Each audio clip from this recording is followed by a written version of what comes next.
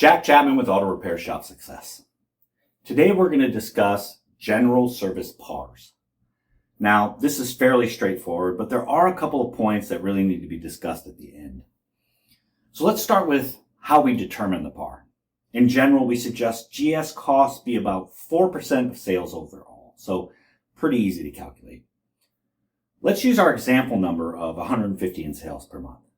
We're going to multiply that by 0.04 to get $6,000 in GS cost per month.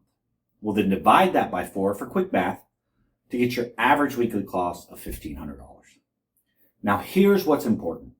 The calculation always has to be based on your business plan. We want to be staffed and ready to hit those goals.